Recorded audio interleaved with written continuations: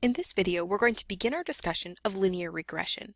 Now, this topic deals with finding whether two quantities are related.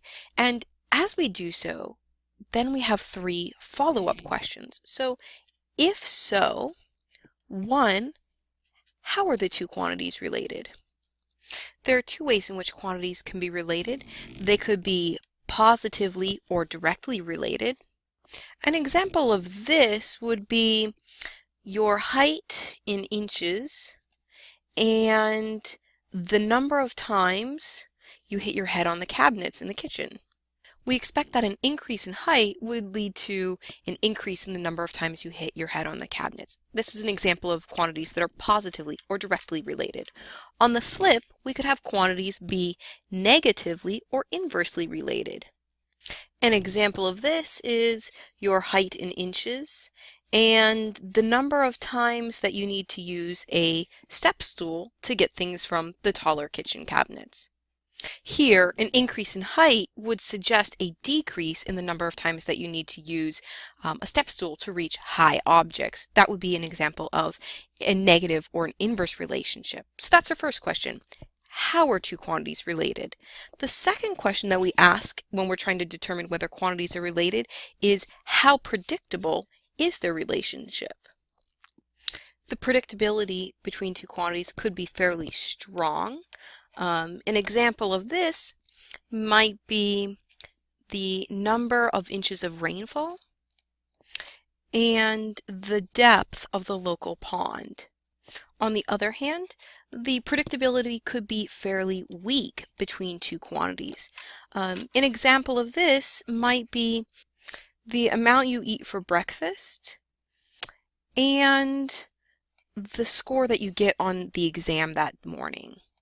Some studies have come out saying that eating breakfast helps you on tests, but really, if you look at it, the relationship between these two quantities is fairly weak. So that's the second question we ask when we discuss the topic of are two quantities related. First, we ask how are the two quantities related? Then we ask how predictable is the relationship? And as a third question, we ask are the two quantities coincidentally related? This is what we'll call correlation, or are the two quantities expectedly related? This is what we refer to as causation. An example of causation might be something like the outside temperature and the number of people at the beach. We anticipate that when the outside temperature increases, then we do see an increase in the number of people at the beach. On the other hand, you may have seen the following, which is an example of correlation. We could compare the quantities, the number of pirates and the global temperature. Now, when you actually look at the data between the number of pirates and the global temperature, it looks as if these two are very strongly related to each other. An decrease in the number of pirates leads to an increase in the global temperature. However, there really is no reason to expect a relationship between these two quantities. So we don't expect that one causes the other. Instead, we see that they're more coincidentally related, or what we call correlated. What we're going to do throughout the rest of this video is talk about these three questions in turn. Again, how are two quantities related? How predictable is that relationship? And then, are the two quantities coincidentally related or expectedly related? While there are certainly a number of ways to mathematically answer these questions, we're going to be focusing on the idea of linear regression.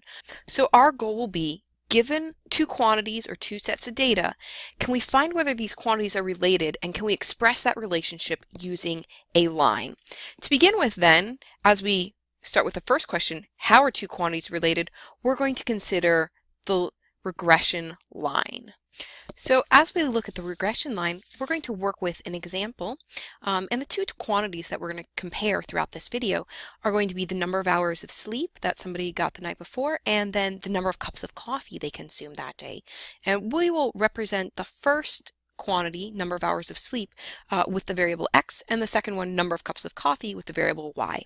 You can see here that we surveyed 10 people, and here are the responses. Person number 1 slept 0 hours and had 4 cups of coffee. Person number 2 slept for 4 hours, had 3 cups of coffee. This person right here was probably pulling an all-nighter with their papers. And let's see, this person right here slept for 8 hours, had no cups of coffee. This person right here, even though they slept 10 hours, they had to have that morning cup of coffee. One of the fastest ways to determine whether or not there might be a relationship between two quantities is to actually create a scatter diagram or plot the two sets of data. So here I have a set of axes that I've created. My horizontal axis is going to represent my quantity X, or number of hours of sleep someone got. My vertical axis is going to represent Y, the number of cups of coffee someone had.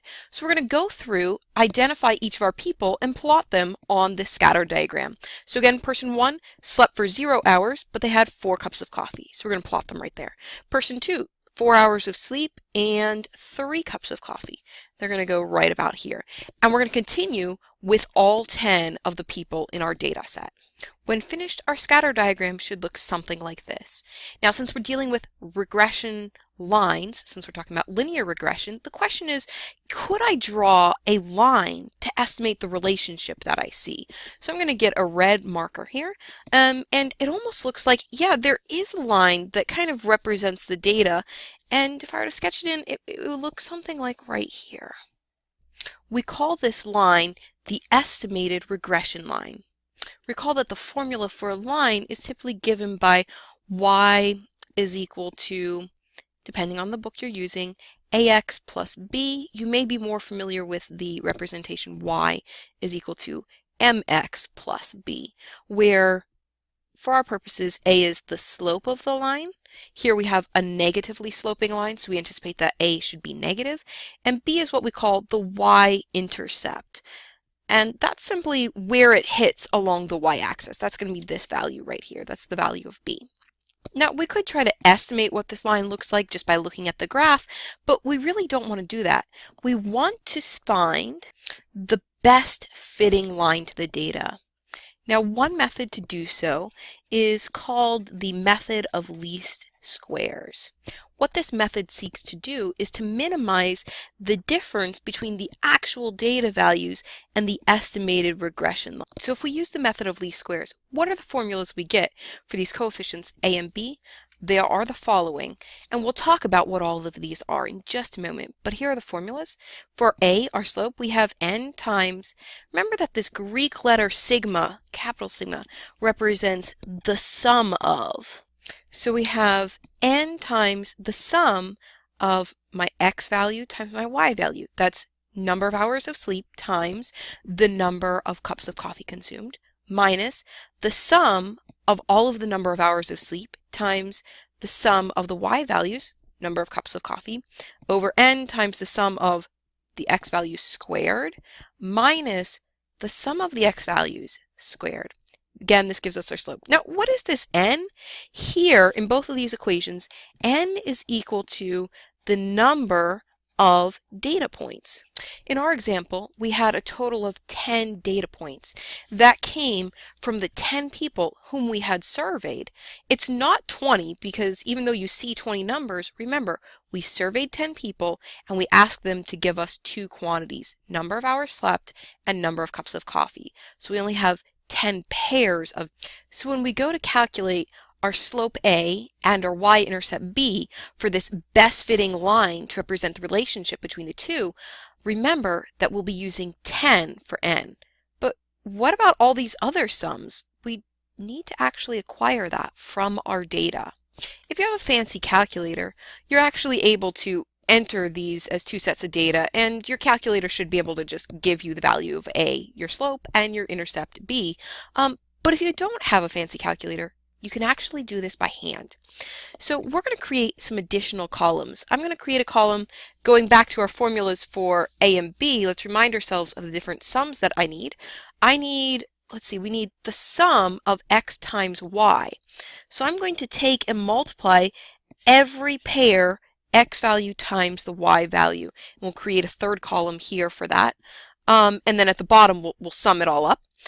What else do we need? We need, well, the sum of the x values already squared. So I'm going to create a second column for the x values squared. So let's take the product of the x value times the y value. 0 times 4 gives us 0. 4 times 3 gives us 12. 6 times 2, 12. And we can go ahead and complete this column.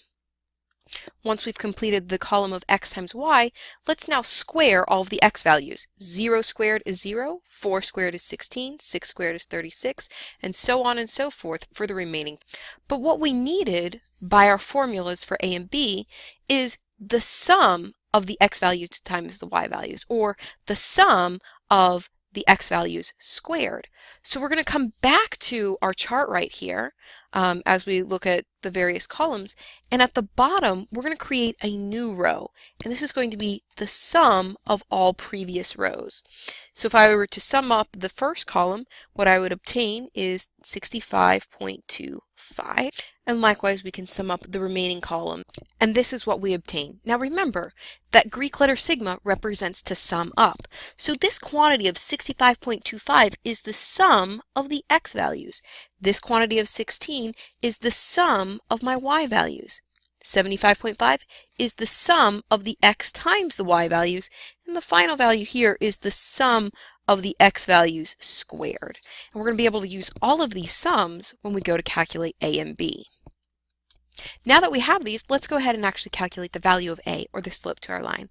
Recall the formula for a: n times the sum of xy minus the sum of x times the sum of y all over n times the sum of x squared minus the sum of x squared.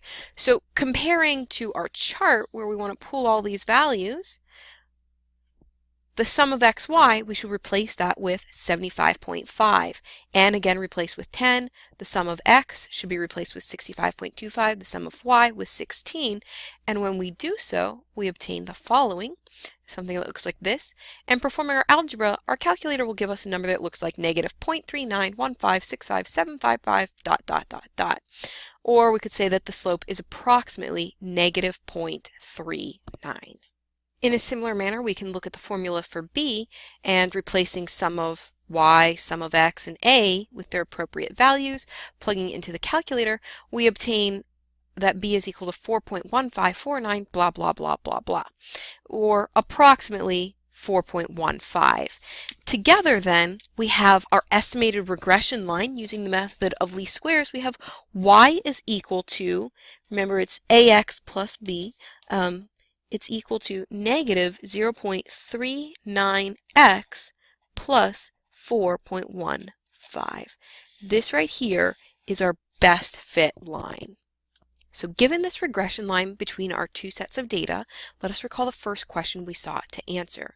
How are the two quantities related, positively or negatively? It turns out that we can answer that question simply by looking at the value of a, or our slope. If a is a negative value, then our quantities are negatively or inversely related. But if a is a positive value, or a positive slope, then our quantities have a positive or direct relationship. Given that our slope was negative, we can say that the two quantities, the number of hours slept and the number of cups of coffee, are negatively or inversely related.